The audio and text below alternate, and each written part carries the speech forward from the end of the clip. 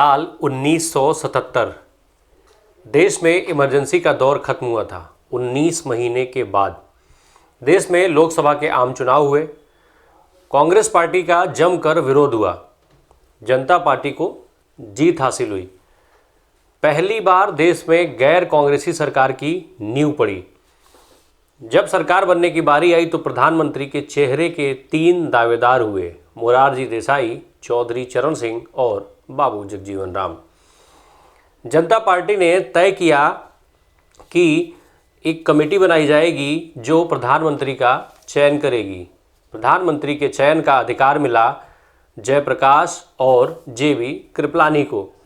जयप्रकाश ने वीटो लगा दिया मोरारजी देसाई के नाम का। मोरारजी देसाई देश के पहले गैर कांग्रेसी प्रधानमंत्री बने। चौधरी चरण सिंह को गृह मंत्रालय मिला तो बाबू जगजीवन राम को रक्षा मंत्रालय से ही संतोष करना पड़ा। नमस्कार, उत्तर प्रदेश के सियासी किस्सों वाली हमारी सीरीज राजनीति में आपका स्वागत। सियासी किस्सों में आप सुन चुके हैं मुलायम सिंह यादव के पहली बार मुख्यमंत्री बनने की कहानी, कैसे अजीत सिंह और मुलायम सिंह यादव के बीच मुख्यमंत्री पद के लिए वोटिंग हुई, मुलायम जीते और मुख्यमंत्री बने थे। पर ये वोटिंग की पहली घटना नहीं थी मुख्यमंत्री पद के लिए।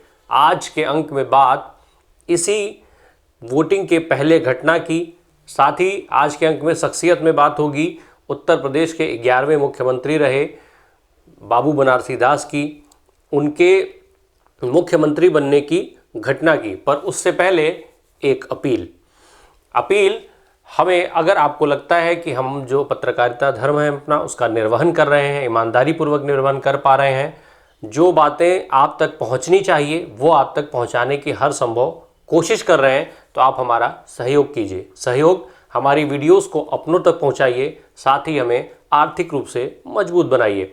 आर्थिक रूप से मजबूत बनाने के लिए आप हमारी सदस्यता ले सकते हैं। सदस्यता के लिए जो भी जरूरी विवरण और जानकारियां हैं वो हमारी वेबसाइट पर उपलब्ध हैं, हमारे जो व्यू चैनल है यूट्यूब उस पर भी उपलब्ध है, और इसके अलावा फेसबुक पे भी आपको इसकी जानकारी मिल जाएगी। अब हम अपने सियासी किस्सों की तरफ लौटते हैं। इमरजेंसी के बाद जो देश में लोकसभा के चुनाव हुए, उसके कुछ ही समय के बाद उत्तर प्रदेश में भी विधानसभा के चुनाव हुए। कांग्रेस का विरोध होना था। कांग्रेस के विरोध में जो बाकी राजनीतिक दल थे वो जनता पार्टी के बैनर तले आ गए। जनता पार्टी के बैनर तले वो चुनाव लड़े। जब चुनाव हुआ तो जनता पार्टी को यहाँ उत्तर प्रदेश में भी जीत हासिल हुई। चौधरी चरण सिंह किसी नेता को मुख्यमंत्री बनाना चाहते थे। इस बात की भनक लग गई जायंट किलर राजनारायण को।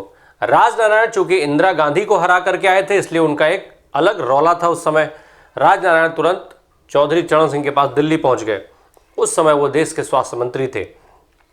चौधरी चरण सिंह से इन्होंने बिना परामर्श किए मुख्यमंत्री किसी को मुख्यमंत्री बनाने को लेकर के शिकायत दर्ज कराई। चौधरी चरण सिंह ने इनसे तुरंत सवाल पूछ लिया, नाम बताओ। इन्होंने, राजनारायण ने कहा कि मैं नाम नहीं बताऊंगा, सूची भिजवा देता हूं। राजनारायण ने सूची भिजवाई और नाम तय हुआ राम नरेश यादव। राम नरेश यादव उस समय आजमगढ़ की लोकसभा सीट से सांसद थे। कांग्रेस के दिग्गज नेता चंद्रजीत यादव को 3.25 लाख वोटों से हरा करके आए थे। दूसरी तरफ चंद्रशेखर, जो जनता पार्टी के उस समय अध्यक्ष थे, वो रामधन को मुख्यमंत्री बनाना चाहते थे। रामधन आजमगढ़ की जिले की जो दूसरी संसदीय सीट है लालगढ़, वहां से वो सांसद थे। तय हुआ वोटिंग होगी। तारीख मुकर्रर हुई 21 जून। लोकदल और जनसंघ ने उसमें राम नरेश यादव का समर्थन किया। वहीं जो चंद्रभानु गुप्ता की कांग्रेस ओ थी और उसके अलावा जो जनता पार्टी के बाकी धड़े थे, उन सब ने रामधन को समर्थन किया। राम नरेश इस वोटिंग में जीते और वो मुख्यमंत्री बने। 23 जून 1977 को उन्होंने मुख्यमंत्री पद की शपथ ली। मुख्यमंत्री के लिए वोटिंग की ये पहली घटना है। मुलायम सिंह यादव के पहले ये घटना हो चुकी थी। उस समय जो देश की राजनीति थी वो अलग दिशा में एक अलग दौर से गुजर रही थी। कांग्रेस में कई टूटें हुई थी और कई नए समीकरण बने थे। जाहिर सी बात है कि जब समीकरण नए बनेंगे तो नए छत्रप भी बनेंगे। उस समय भी यही हुआ था। 78 में कांग्रेस में एक और टूट हो गई। ये जो टूट हुई थी वो इंदिरा गांधी के पक्ष में गई थी।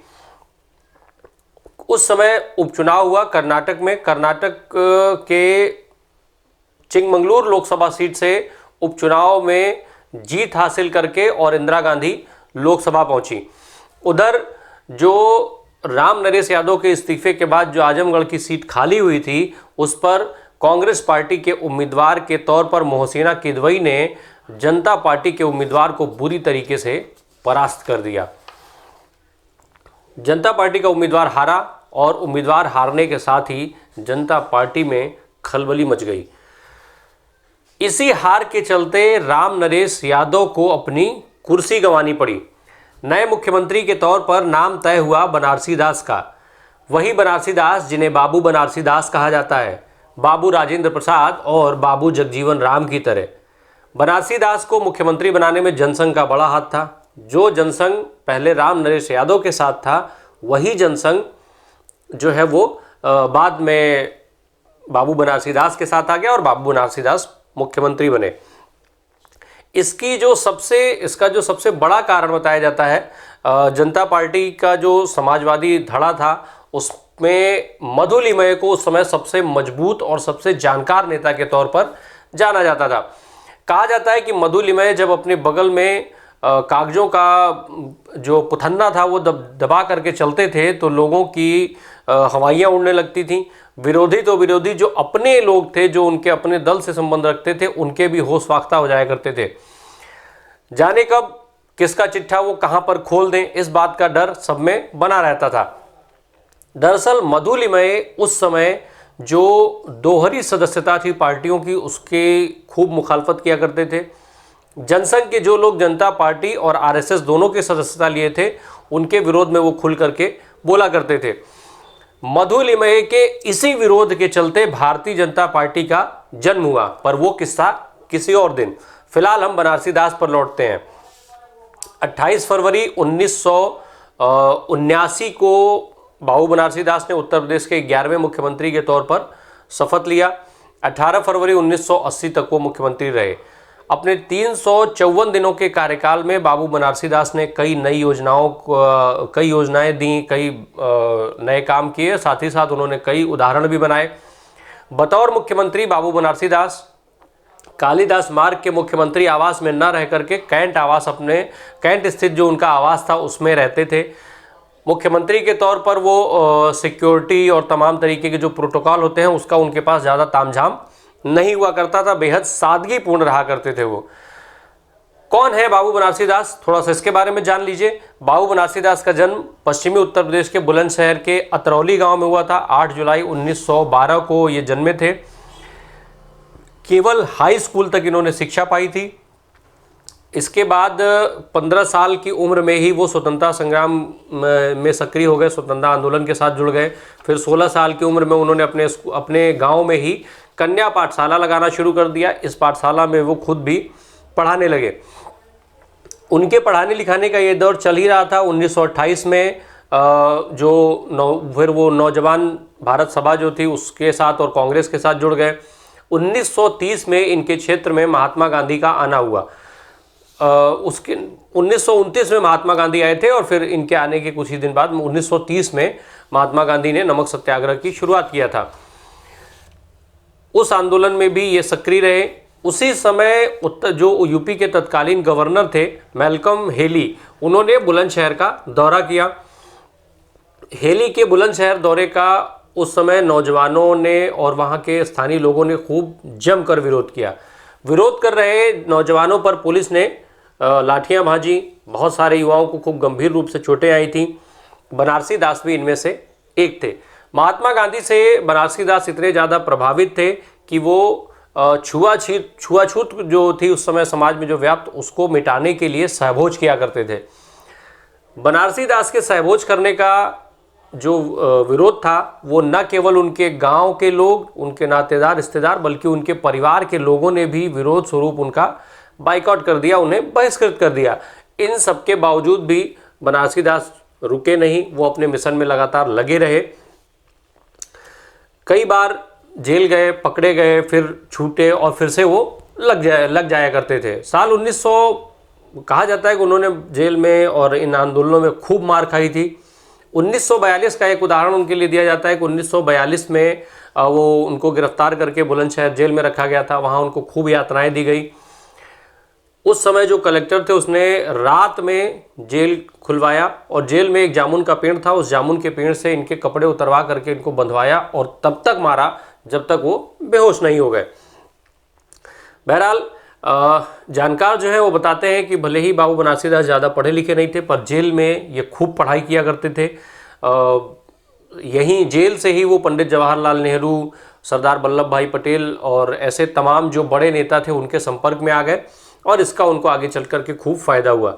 जेल से छूटे, साल 1946 में बुलंदशहर से निर्विरोध विधानसभा के चुनाव में जीते, फिर बुलंदशहर कांग्रेस कमेटी के अध्यक्ष रहे। 1947 में जब देश आज़ाद हुआ उस समय पाकिस्तान से 20,000 से ज़्यादा विस्थापित बुलंदशहर में आए। प्रशासन के लिए ये स्थिति जो थी वो बहुत ही भयावह सी हो गई। अफरा तफरी मच गई कि ये लोग कैसे रहेंगे, कहाँ रहेंगे, क्या खाएंगे, और इनके इंतजामात को लेकर के प्रशासन के हाथ पांव फूल गए। पर बनारसी दास ने इस स्थिति को बहुत ही सुगमता से सुलझा लिया। बनारसी दास ने व्यापारियों के साथ मिल करके, व्यापारियों को कह करके इन सबके रहने खाने पीने हर चीज़ की व्यवस्था करा दी। ये जो घटना थी इससे बुलंदशहर में ही नहीं बल्कि उससे बाहर निकल के भी इनकी लोकप्रियता बढ़ने लगी। साल 1992 में पहली विधानसभा के सदस्य बने। 1952 में वो पहली विधानसभा के सदस्य बने। 1952 से लेकर 1957 तक यूपी के सभा सचिव रहे। फिर 1962 में विधानसभा के सदस्य बने। चंद्रभानु गुप्ता की सरकार में, चंद्रभानु गुप्ता मंत्रिमंडल में उनको जगह मिली और वो सूचना एवं संसदीय कार्य राज्य मंत्री बनाए गए थे। इनका जो ये मंत्रिमंडल का कार्यकाल था उसको भी कई तरीके से याद किया जाता है। इन्हीं के निर्देश पर पहली बार सूचना विभाग ने स्वतंत्रता संग्राम के जो सेनानी थे उनका डेटा इकट्ठा करके और उनको प्रकाशित कराया जिलेवार। फिर 1963 में जब निज़ाम बदला तो इनका मंत्रालय भी बदला। सुचेता कृपलानी के मुख्यमंत्री काल में इनको जो है सहकारिता, श्रम और संसदीय कार्य मंत्री बनाया गया। उस समय जब इनके पास श्रम मंत्रालय था, सहकारिता जैसे मंत्रालय थे, इन्होंने ITI लगवाने का काम किया। 1967 में फिर से विधानसभा पहुंचे, मंत्री रहे। अप्रैल 1972 में ये राज्यसभा पहुंच गए। राज्यसभा के सदस्य रहते हुए भी इनके नाम वहां पर एक अनूठा रिकॉर्ड दर्ज है। इसका किस्सा भी लंबा है और वो किस्सा भी हम कभी आपको और किसी एपिसोड में बताएंगे। इसके बाद 1977 में फिर से विधानसभा के सदस्य बने। 12 जुलाई 1977 से लेकर के 26 फरवरी 1979 तक ये उत्तर प्रदेश विधानसभा के अध्यक्ष रहे। हटे तो 28 फरवरी 1979 को ही मुख्यमंत्री बन गए। फिर 18 फरवरी 1980 तक मुख्यमंत्री रहे। 1983 में जब बुलंदशहर में लोकसभा का उपचुनाव हुआ तो बनारसी दास अकेले अपने दम पर ये चुनाव जीते। पर 1984 में जब इनको पार्टी ने फिर से चुनाव लड़ने के लिए कहा तो इन्होंने साफ स्पष्ट तौर पर इनकार कर दिया। इसके साथ ही इसी साल इन्होंने 1984 को ही इन्होंने राजनीति से संन्यास ले लिया। अगले साल 3 अगस्त 1985 को इनका निधन हो गया। बतौर नेता, बतौर मंत्री, मुख्यमंत्री बनारसी दास ने कई योजनाएं चलवाई। खादी ग्रामोद्योग को बढ़ाने के लिए उन्होंने खूब काम किया। बनारसी दास पत्रकार भी रहे थे। 60 के दशक में उनके संपादन में प्रकाशित होने वाला हमारा संघर्ष साप्ताहिक जो था उसे अपनी निष्पक्षता और बेबाकी के लिए जाना जाता था। कहा जाता है कि उनके इस साप्ताहिक समाचार पत्र में किसी को भी बख्शा नहीं जाता था। बाबू बनारसी दास की जो विरासत है उनकी अगली पीढ़ी ने आगे बढ़ाई। उनके 5 बेटे और 5 बेटियां थीं। उनमें से केवल 2 लोग उनके जो राजनीतिक नक्शे कदम पर अभी चल रहे थे उसमें उनके एक बेटे हरेंद्र अग्रवाल और दूसरे डॉक्टर अखिलेश दास गुप्ता। हरेंद्र अग्रवाल विधान परिषद के सदस्य रहे। डॉक्टर अखिलेश दास गुप्ता लखनऊ के मेयर रहे थे, 3 बार राज्यसभा के सदस्य रहे थे, मनमोहन सिंह की सरकार में वो मंत्री रहे थे। इसके फिर बाद में वो बहुजन समाज पार्टी में चले गए। बहुजन समाज पार्टी में रहते हुए जब उनके छोड़ने से पहले मायावती के साथ जो उनका विवाद हुआ वो मीडिया की खूब सुर्खियों में रहा था। वो पूरा एक चर्चित कांड था।